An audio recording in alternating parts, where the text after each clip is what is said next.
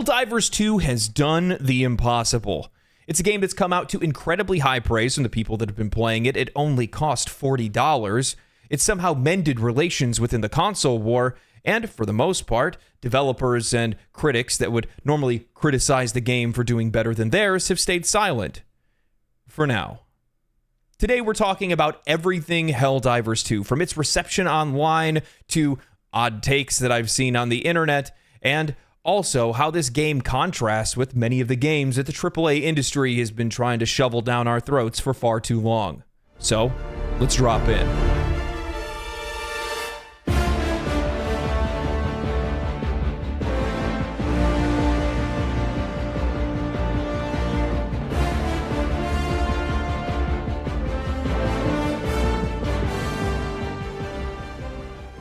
Helldivers 2 exploded onto the gaming scene with an explosive launch that captivated both critics and players alike. Developed by Arrowhead Game Studios, the sequel to a twin-stick co-op shooter built upon the foundations of its predecessor, delivering intense cooperative gameplay set in a dystopian future where we are fighting against alien forces to defend managed democracy.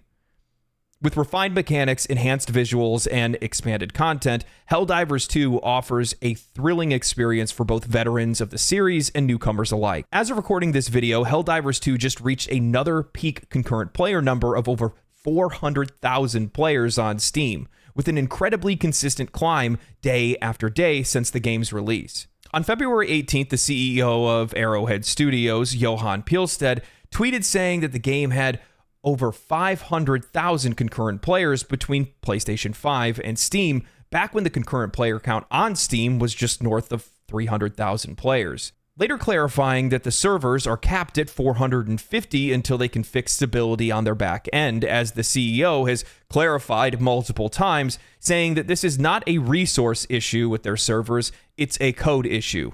The game wasn't built to have this many concurrent players. The official Helldivers 2 Twitter account announced on the 17th saying, "Despite our best efforts to increase server capacity to accommodate all of you who want to dive for freedom, we are experiencing capacity issues. We are once more working without delay to improve the issue and hope to have a fix in place as soon as possible. Thank you." Now, I can't help but laugh at some of the CEO's responses on Twitter to people constantly bombarding him and hounding him about more servers, my favorite being, "The wait screen, mate. Stop tweeting and fix this." Yes, good idea. I will sit behind the engineers and ask them, are we there yet? Or I could let the engineers work independently towards a common goal without me as the CEO pestering them at every moment. I wonder which one will work best. Now, server issues aside, the game's success was evident from its outset, with the release garnering widespread acclaim for the game's challenging gameplay, strategic depth, and online multiplayer. Critics have been praising the dynamic mission system, which has kept every single playthrough feeling fresh and unpredictable, as well as its robust customization options that allow players to tailor their loadouts to suit their preferred playstyles or to be able to collaborate with the people that they're playing with. Additionally, the game's emphasis on teamwork and coordination has fostered an incredibly vibrant online community, further enhancing its longevity and replay value and also leading to higher sales. With its adrenaline-pumping action and addictive cooperative gameplay, Helldivers 2 has already cemented itself as a standout title in 2024, leaving players, like myself, anticipating what the future holds for this franchise. Now, the vibrance of that community that I was talking about earlier is staggering, to the point that we've seen a temporary ceasefire in the console war between Xbox and PlayStation, where fans are actually petitioning to put the game on Xbox, generating memes and videos that are specifically trying to call Xbox players into the fight. Now, this is just something that you love to see, this cross-platform collaboration where gamers are coming together to fight for a common cause.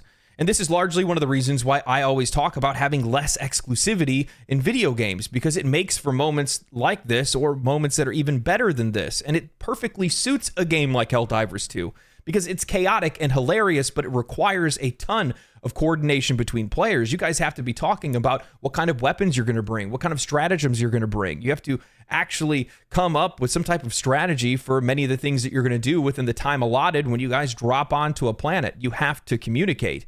And when you have to communicate, and we have games like this, which I think are relatively rare anymore, games that force collaboration, well, you make friends. You communicate with other people, and you end up finding out that you guys have far more in common than you don't. And that's what douses some of these console war fires. And that's what this kind of moment should be, except for the fact that, well, Xbox CEO Phil Spencer saw this as an opportunity to just cast another log onto the console war fire. In an interview with GameFile newsletter, Phil Spencer of Xbox said, "I will say, when I'm looking at a game like Helldivers 2, and it's a great game, kudos to the team shipping it on PC and PlayStation, I'm not exactly sure who it helps in the industry by not being on Xbox. If you try to twist yourself to say, like, somehow that benefited somebody somewhere, but I get it. There's a legacy in console gaming that we're going to benefit by shipping games and not putting them on other places. We do the same thing." Now, something like this makes me feel like these CEOs may have the memory of a goldfish, as only just a few weeks ago, Palworld released on Xbox and Steam. However, Phil Spencer didn't have that same energy towards third-party exclusivity then. It seems that exclusivity is only an issue when it doesn't benefit your bottom line. As a developer from Respawn tweeted saying, "Not exactly sure who it helps in the industry to acquire a company and then lay off 1,900 of their developers, Mr. Spencer." My God, the lack of awareness when it comes to some of these guys, I swear. Especially with that last line of, you could twist it so that it's like it's helping somebody somewhere, right? Like we're supposed to just ignore that you guys just purchased Activision Blizzard King and that you also picked up ZeniMax and Bethesda not too long ago either. But I'm sure that's helping somebody somewhere, right? It's never about our freedoms as consumers. It's always about our money and how to direct that money towards them. Simple as that. And he can act like they're pulling some type of charity act by sending some games over to PlayStation, but we all know that it's really just to bring up the bottom line a little bit further. Now, speaking of money, that's one of the reasons why I do believe that Helldivers 2 and by extension Palworld have done so well is it's their value proposition towards consumers. And it's something that the AAA industry has gotten relatively disillusioned with over the last few years. Jen, over on Twitter from Windows Central, wrote, "Palworld, $29.99. Helldivers 2, $39.99. Suicide Squad Kills the Justice League, $69.99. Skull and Bones, $69.99. You can buy two 2024 bangers for the price of one AAA title, the former breaking records like we've never seen before. Sobering stuff." And it's no surprise that games like these are breaking records. We live in an era where we have $70 AAA games and even now quadruple A games that are offering a lower quality experience with maximized monetization. I mean, Diablo 4 is selling horse armor for the same price that you can buy both Helldivers 2 and Palworld. I remember watching a video from Darth Microtransactions recently where he brought up how Blizzard could make the horse armor a part of the game's leaderboard system. That way players are actually rewarded for playing the game rather than just having them being demanded of more money. However, that kind of galaxy-brained thinking just doesn't suit the AAA money machine model of give less and ask for more. Widely speaking, I think that players are fine with paying higher prices for those games as long as those games are worth the money that we are spending. If this conversation was flipped, that you could buy Palworld and Helldivers 2 for the same price of Baldur's Gate 3, the dynamic of that conversation switches from this is a ripoff to customers having to weigh the benefits of either choice. It's important that these games earn our money, and that's the same belief of Helldivers CEO after the game was being accused of being pay to win. I'm partial, but we really applied ourselves to not make it pay to win even though items are functionally different. The only item that's pay to win is the revolver, which will win you any cool gun competition, only minor problem is that it's not that good. Another person responded, "I'm so glad that you guys are continuing the trend of very fair and not predatory microtransactions in PlayStation multiplayer games. Quite happy about that. So many live services end up dying because they chase greed instead of fun and big player base. Love this so much." To which Arrowhead CEO responded, "You have to earn the right to monetize. I truly believe that. If people want to support this title, they have an option, but we're never forcing anyone to do so. Now, I want to clarify how monetization works in Helldivers 2, as it seems like there are still people that are relatively confused. I get it. When I first saw the Warbonds system, I said, ew, and then I realized how it worked, and I said, oh. When running missions, you will earn requisition slips, medals, samples, and super credits. Medals and requisition slips are earned at the end of every single mission, but can also be found on the map at different bonus objectives. Samples and super credits are only found in missions. However, super credits can be purchased with real money. Medals are used to progress your game's battle pass in the requisition menu. This is their Warbond system that functions similar to a battle pass in Fortnite, where you have the choice of what you want to unlock, when you want to unlock it, but you have to buy enough things to be able to progress to the next page. Samples and requisition slips are used to unlock higher-end stratagems and upgrades for your ship and for use in the field.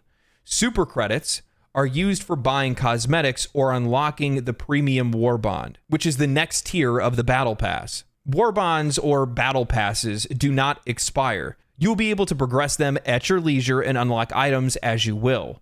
You cannot buy medals, so there is no way for you to just buy your way into higher-end equipment and weapons. So super credits are used for two things. That's the in-game premium currency. You can use them to buy cosmetics, and you can use them to unlock the premium Warbond, which is the battle pass that you progress for more equipment, more weapons, more upgrades, and things like that. But by the time that you have completed the basic Warbond, the one that we all start with at the very beginning of the game, the one that's free, by the time that you even get halfway through or even close to the end, you've likely already earned enough of the premium currency the game has by running missions and getting some of it from the first Warbond directly to just go ahead and upgrade to the premium Warbond. There's literally nothing stopping you from doing it. And then you're probably sitting there asking yourself, well, then that means that the cosmetics have to be absurd, right? Because that's how many of these games usually operate. No, actually, most of the super credits that are used for cosmetics are anywhere from like 250 to 500. The premium Warbond is 1,000. So you can earn many of the credits that you need for a couple cosmetics within one session of playing with friends if you're playing, well, I guess a little bit longer period of time, like 3 to 6 hours or something like that, depending on how long people play. Or if you're just focusing on trying to farm that specific currency, you'll be able to get it relatively quickly. There's guides online, people showing how you can just farm super credits if that's something that you're trying to chase. But you can casually play, and you'll never run into a moment where you're like, I need to go and buy this currency. Simple as that. Now, I'm not a huge fan of microtransactions or battle passes. I largely do not engage with games that have these kind of things because I don't believe in it. However, with that said, this is largely the most engaging and player-friendly monetization system that I have ever seen in a video game, and it needs to be celebrated. Because this isn't something that's just designed to extract more money from us. It's actually something that's designed to be able to, well, have them continue to monetize their game, but also be something fun for us to actually engage with. They made monetization a fun part of the game loop. I like that. Helldivers 2 deserves every ounce of praise and success it receives, and then some. For me, it is refreshing to see yet another game that is prioritizing the player experience over greedy monetization tactics that have been unfortunately becoming all too common in the AAA industry. In a landscape where microtransactions and the price of games seems to overshadow gameplay, Helldivers 2 stands out as a beacon of integrity, reminding us of the joy that games should be bringing us. Despite encountering its server issues, which is pretty understanding, the game didn't really expect to see this much success, especially following a game like Palworld. Helldivers 2 excels where it truly matters, delivering incredibly fun and engaging gameplay experiences, especially when you're enjoying it with friends. The game's cooperative gameplay, incredible sound design, enemy variety, and variance in missions makes for some of the most memorable moments that I've had playing games with friends.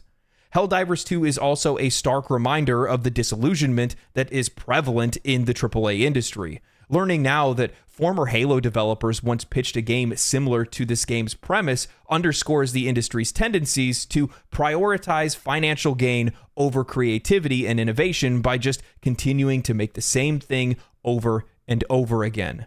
It's disheartening to see so many studios neglecting to publish games that they themselves would want to play or that would resonate with players. Instead, the industry appears to be consumed by money and individual egos, a far cry from the roots of its passion and creativity. The words of Larian Studios CEO proudly declaring their independence from shareholders and their commitment to prioritizing game quality should be a wake-up call for the industry at large. It's high time for a fundamental shift in priorities among some of the biggest players in the video game industry. A return to core values of making games that are fun and engaging for players, rather than solely focusing on profit margins. Helldivers 2 is not just a game, it's a rallying cry for change, a reminder that the soul of gaming lies in the joy that it brings to the players, not the dollars that it generates. I want more games like Helldivers 2, like Palworld, like Baldur's Gate 3, like Grand Blue Fantasy Relink. I want games that value my time as much as they value my money, that value my enjoyment as much as they value my money. And I realize that that's a really tough sell for the AAA industry, but if they're not buying, these independent studios are going to keep getting my money and all of my content. Because this is exactly the thing that I love talking about. I love talking about games that I am enjoying, that I want other people to play, and I want to celebrate the things that they do that bring value to us as customers to them. That's largely one of the reasons why I like making videos to begin with, because this is fun. This is positive and interesting content for us to discuss, contrast with some of the poor purchases that we have to make sometimes or have made in the past, and look to see this is what we value now, and continue to buy games like this and support games like this because they value us as much as we value their game. It's not that complicated. I'm getting ready to prep a review for this game. It's going to take me a little while. I'm one of those guys that has to put a serious amount of time into something before I can finish it. I wish I could be like Mortismal Gaming, who 100%s games. That guy's a psycho, by the way. I can't believe that, but I want to put quite a lot of hours into something before I really try to vocalize what my experience is like and let other people know about it. And I realize that by the time my reviews even hit the presses, most people have either bought it or decided they don't want to play it. But at least we can still celebrate the experience together. So hopefully you guys will watch it whenever I get to finishing it, as well as my Enshrouded one and Grand Blue Fantasy Relink. Oh, and then Final Fantasy VII Rebirth comes out, and the Dragon's Dogma 2. I'm screwed. Anyway, stay cool, stay righteous, stay safe, my friends, and most of all, Helldivers. I'll see you on the front lines. Oh, wait a minute before you go. Don't forget, if you like the video, subscribe to the channel. I'm almost at 50,000. Can't believe that already. And if you did enjoy the videos and you enjoy the content, think about supporting the channel. Patreon link down below. See ya. Peace.